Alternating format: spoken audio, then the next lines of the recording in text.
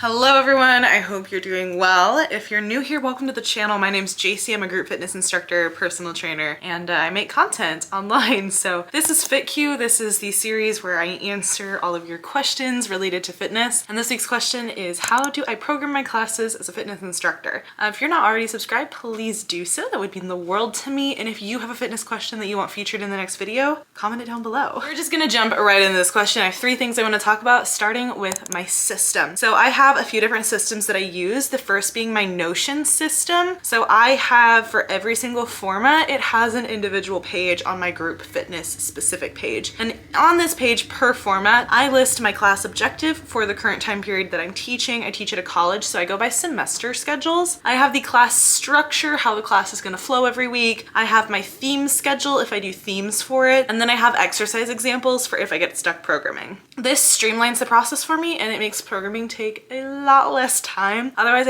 I would be spending hours on it. My next system that I use is my playlist system. So I have a Spotify playlist folder. You can make this on the desktop version of Spotify. And this is listed not just by format, but also by class section. So for my cycle class, I have cycle, hills, cycle, sprints, that kind of thing. But for something that is just like my circuit class, I just have circuit as one playlist. I add new music as I find it. And then quarterly, I'll go in and I'll refine the playlist a bit, kind of taking away some of the overused songs, some of the songs that didn't work as well as I wanted them to. So it gets constantly updated and looked at. Third, we have my notebook system. Now I've played around with everything, but I just find myself really loving paper and having a notebook instead of a binder. At the top of each page, I'll have my class title and the date that the class is on. Sometimes I'll also put day of the week because that can be a bit more helpful for me. Then I physically write everything down for specifics. And this helps me remember my programming and not have to reference my notes as much, but it gives me a safeguard for if I do forget, because I do teach so many classes during the week. So that's there if I need them, but I don't necessarily use it all the time. Finally, there's my calendar system. I have my calendar updated. It has a bunch of different calendars with a bunch of different colors. And every time I agree to teach a class, I immediately put it on the calendar. That's the first thing I do. I check this calendar before I program every week because I usually have some sort of custom class or event or subbing class or event that I'm doing, and I need to remember when it is and fit it into my programming. And then I also number every class because I track how many classes I teach. I'm currently on the road to 500, which is super fun. The next thing I want to talk about is designing a class structure. So first, how do I choose exercises?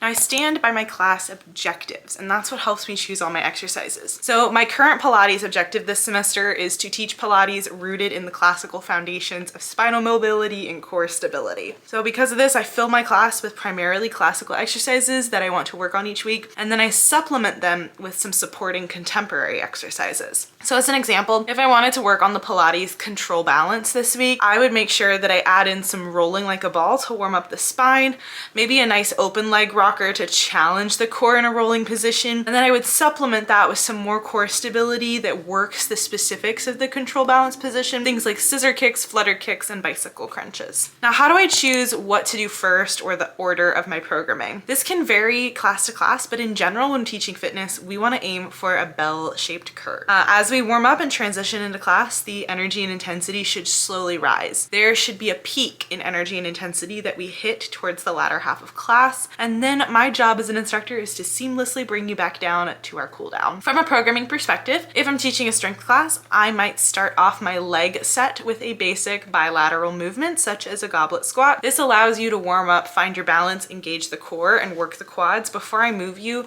into something more intense and challenging like a unilateral bench supported split squat or a Bulgarian split squat. That split squat would be the peak of our leg set, and then I would slowly bring you back down through something like calf raises or hamstring curls, a more accessory movement.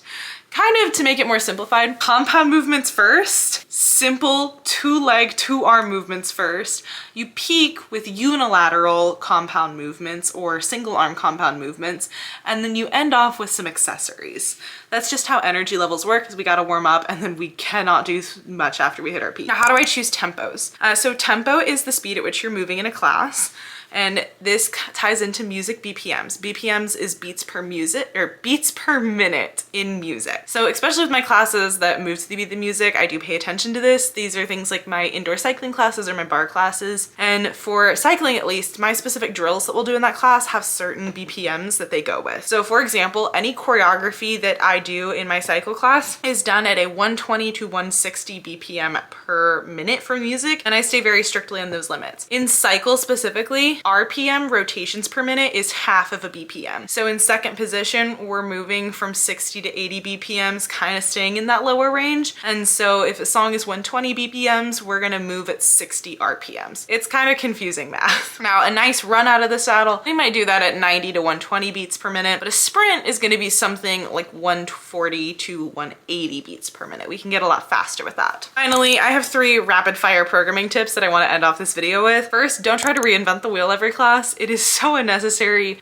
Your old stuff works for a reason. If it ain't broke, don't fix it. I love mixing and matching from old things that I've done and combining a few old classes into one new one. 2, simple is so much better than complex. You want to give your participants a win each time they're in the room. So I would recommend filling your class with simple, basic, easy to understand movements and throwing maybe 1 or 2 brain challenges their way. The goal is for people to flow seamlessly through the class and understand it while still being challenged. And if they are trying to mentally figure out what to do the entire class, it can be a very disencouraging experience for them. Finally, when you're using equipment, utilize it. I keep it to a minimum. I only use 1 to 2 pieces, if any, of equipment per class, and I make sure that I'm using them the majority, if not the entire time. You can get really creative while still being safe with how you use equipment. If that's one of your questions of how do I use a certain piece of equipment, just comment it down below and maybe that'll be next week's topic. But thank you guys so much for watching this video. Again, any questions? Comment down below. Maybe they'll get picked for next week.